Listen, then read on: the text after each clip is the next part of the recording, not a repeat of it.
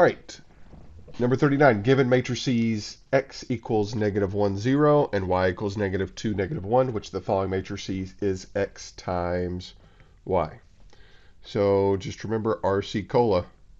We're going to multiply each row times each column here, and the sum of those is our answer. So we're going to take this row and multiply it by this column. So -1, we're going to multiply it by -2. -1 times -2. And we're going to add to that 0 times -1. You can do this in the calculator, but that's kind of a lengthy process. 2 plus 0 gives us 2. 40, regardless of how the graph is oriented in the standard coordinate plane, no graph in one of the following categories has a vertical line of symmetry. So let's start with line. So I can think of a horizontal line. So even though it goes infinite in both directions. So we could draw a line of symmetry right down the middle and essentially cut that in half there. Square.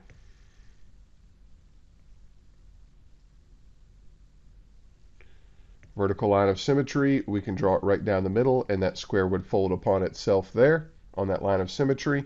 And that also takes out parallelogram, because that square is a parallelogram as well, because opposite sides are parallel.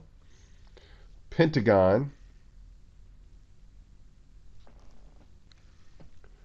Sorry, I had to draw that off camera because it was a struggle. Pentagon, 5 sides. But as you can see, a regular pentagon, draw it right down the middle. Pentagon will fold upon itself. Only one left, scalene triangle. By process of elimination, this kind of makes sense. A scalene triangle is where all 3 sides are of a different length.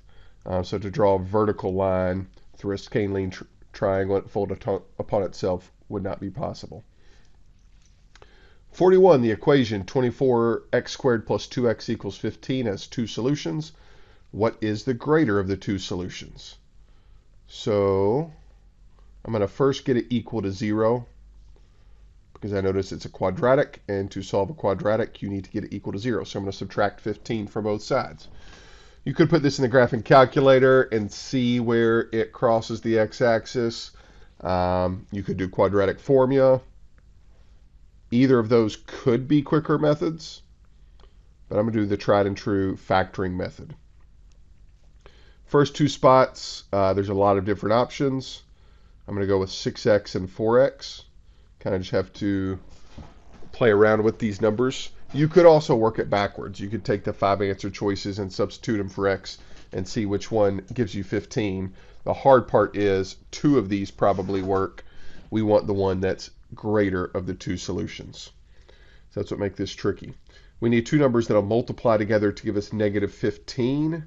So let's just try -5 and +3. We can check it real quick.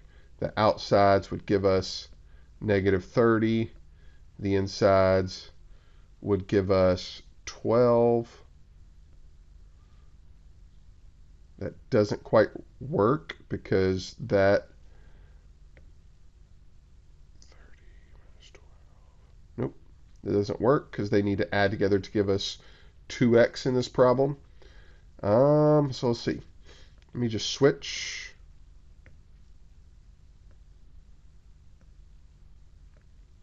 Now that outside gives us -18, and this inside gives us 20. 20 minus 18 does give us +2. So this is the correct factorization of this problem. So the solutions, we've done the hard part. We set each factor equal to 0 and solve. One solution is -5/6. I can see this other one's going to be a positive number. So this isn't going to be it, but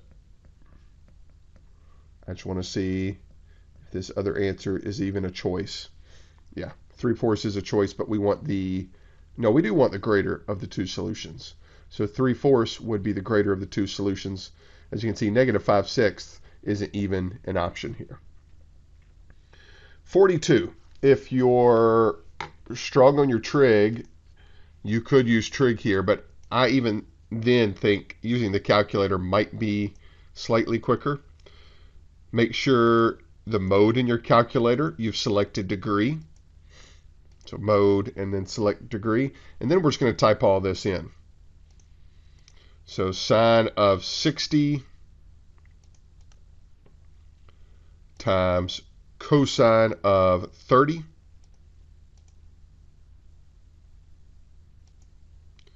plus cosine of 60. This would go a little quicker if I had a handheld calculator.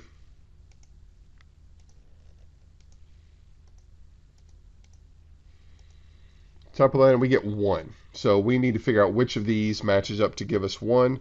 So I'm going to type in answer choice A, cosine of 60 minus 30. That's actually the same thing as cosine of 30. I know that's not the correct answer. Choice B, cosine of 60 plus 30 is the same thing as the cosine of 90. That's 0. So I'm going to skip to J because I think J is the answer. The sine of 60 plus 30, sine of 90 is just 1. So this matches up with the original problem. All right, finally, 43. What is the area in square units of a circle that has a circumference 12 pi units long? So to do this, we have to remember the formula for circumference. The formula is pi times diameter. So we can see pretty quickly the diameter for this circle is 12. To find the area of a circle, you need the area formula of a circle, which it's not given. That should be one you're familiar with. It's pi times radius squared. Careful, that's our diameter, so our radius is 6. So the area of this circle is 36 pi.